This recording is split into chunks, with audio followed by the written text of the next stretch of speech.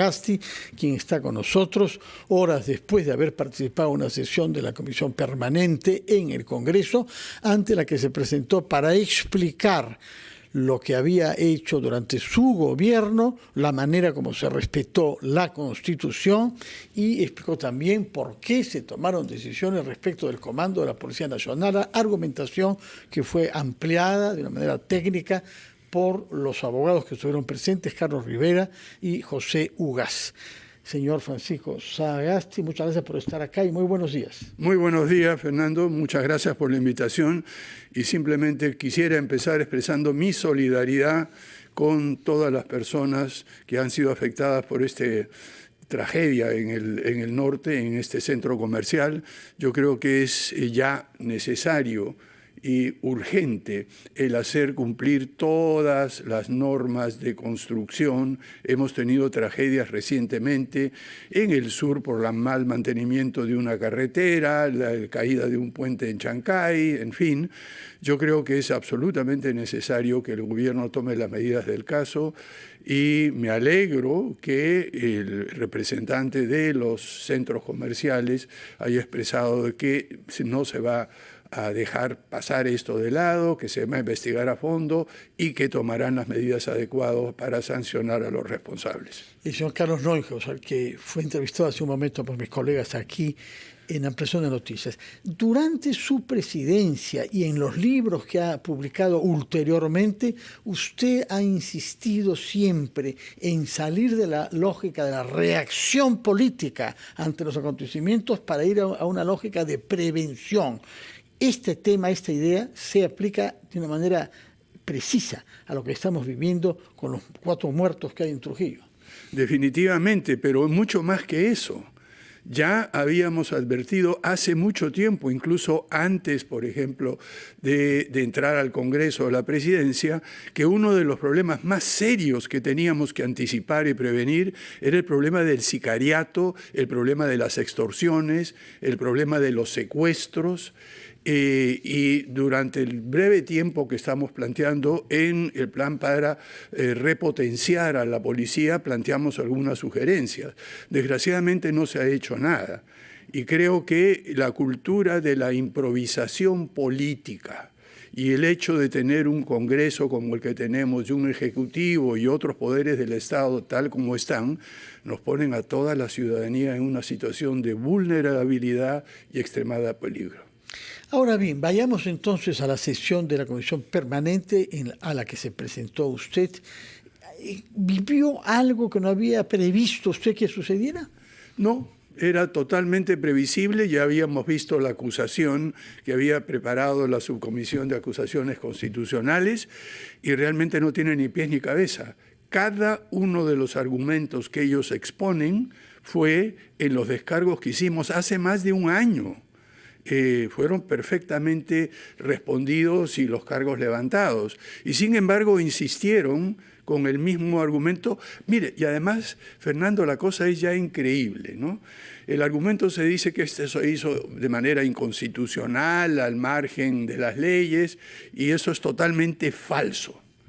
Las leyes, en el momento que tomamos esa decisión, tenían 2 maneras diferentes de renovar los cuadros de la policía y nombrar a lo que es ahora el comandante general. Uno es regular, en la cual se escoge entre los 3 primeros, y otros que llamaron extraordinario.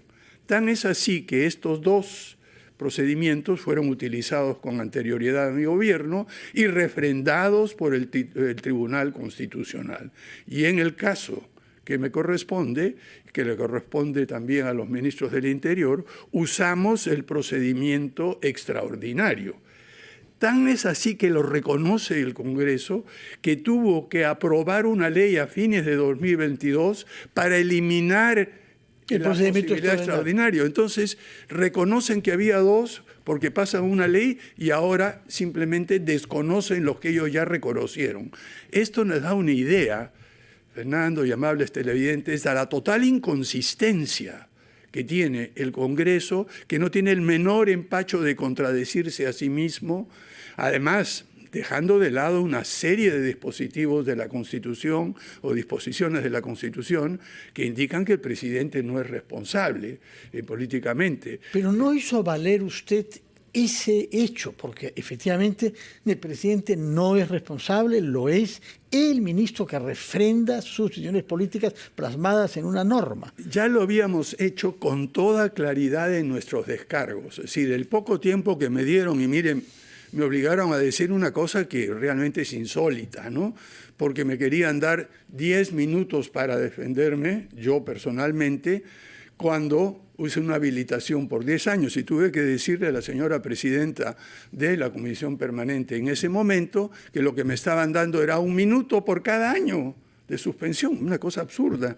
Entonces ya no hubo tiempo de poner todos los argumentos que hay, muchos más, y que no hemos querido entrar en detalle en este momento, pero que creo que ya la opinión pública se va a poner al tanto. Lo importante que quede, Fernando, esta ha sido una decisión del Congreso inconstitucional, al margen de la ley, arbitraria, y como parece que quienes acusan tienen poca imaginación, me acusan a mí de haber hecho lo que ellos están haciendo en este momento, abuso de autoridad.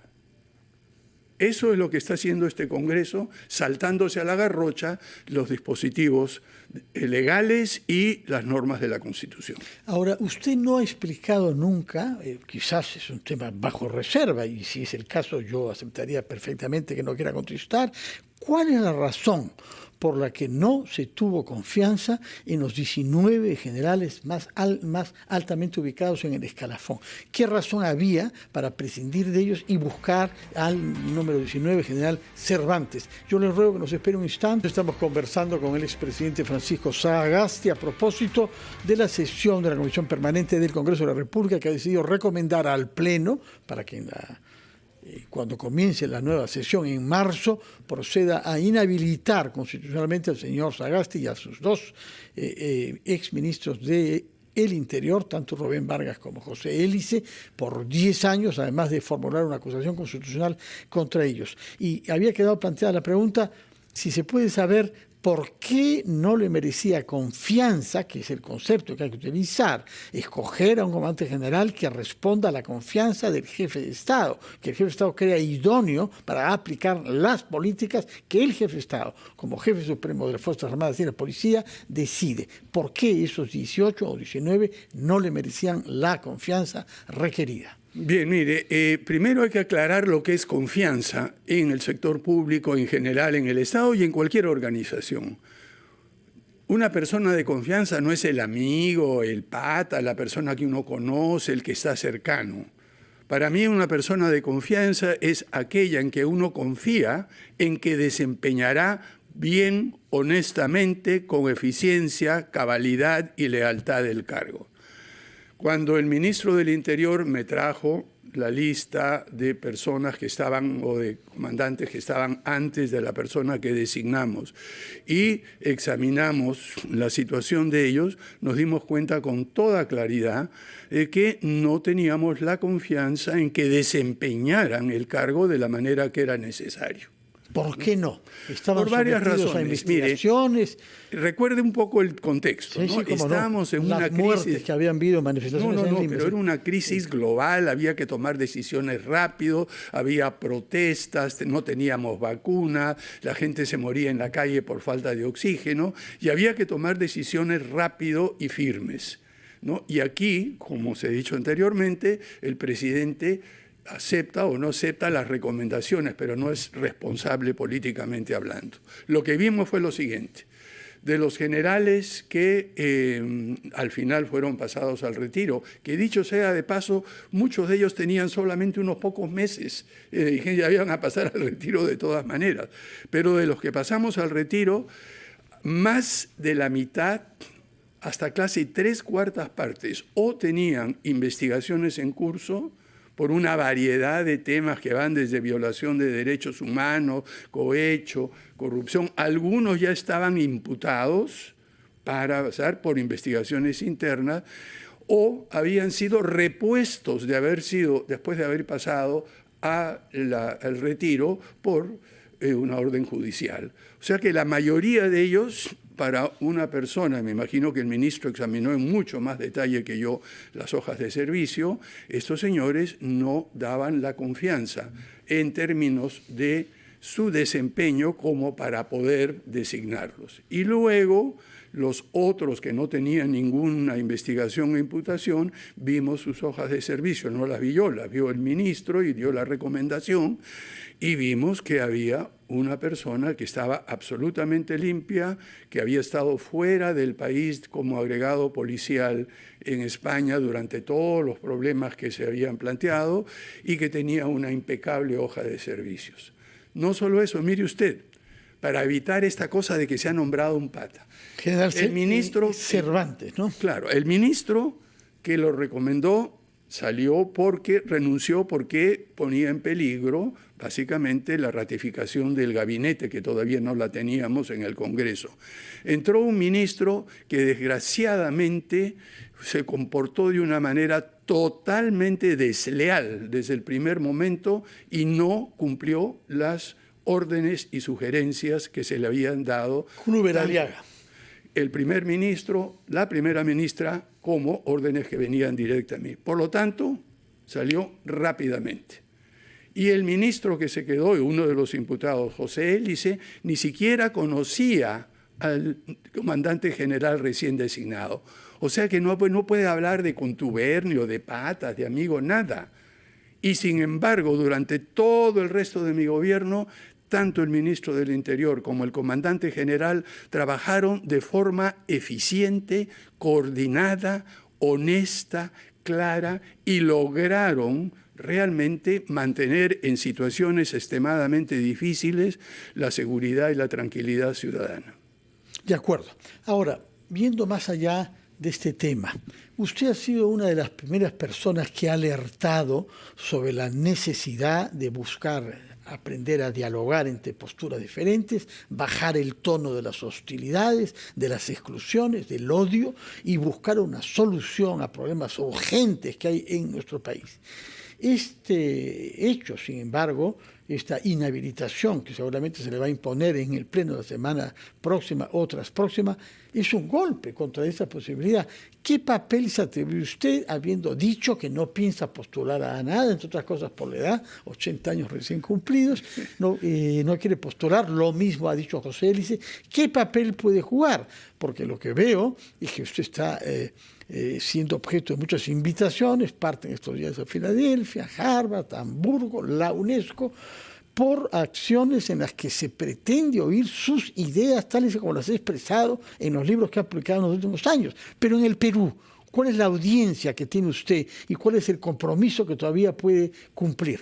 Mire, la gente me ha preguntado si me retiro de la política. No, yo vengo de maneras muy distintas, como asesor, como investigador, proponiendo ideas.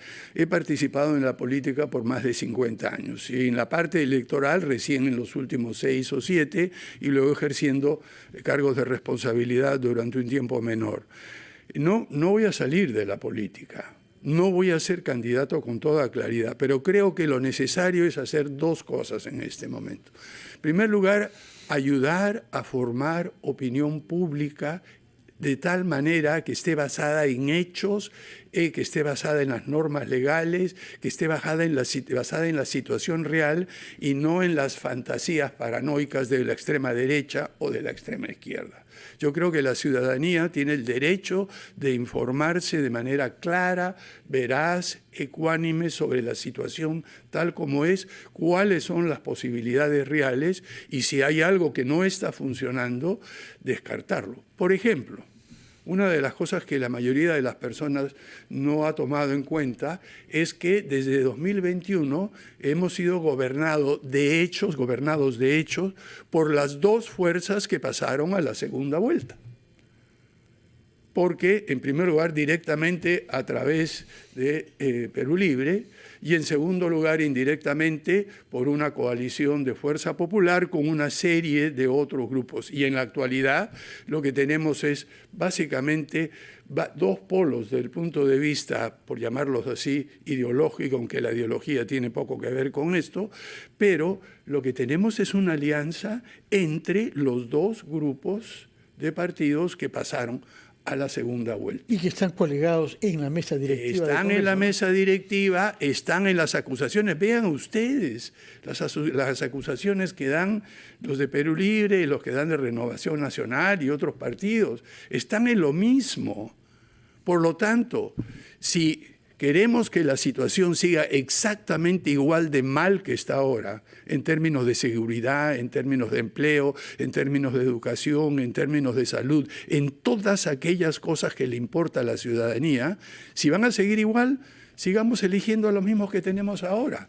Si queremos cambiar las cosas, rechacemos tajantemente a estos grupos políticos que nos han envuelto, nos han puesto en una situación crítica como país. Ese es el tipo de papel que yo puedo jugar. Bueno, tomaremos nota y escucharemos las cosas que tenga usted que decir, así como las reacciones que tengan sus adversarios, que creo se han hecho sentir poderosamente durante los últimos tiempos. Muchas gracias, señor Francisco Sagasti, expresidente de la República, ingeniero industrial, profesor universitario y autor de libros sobre la vida pública de nuestro país.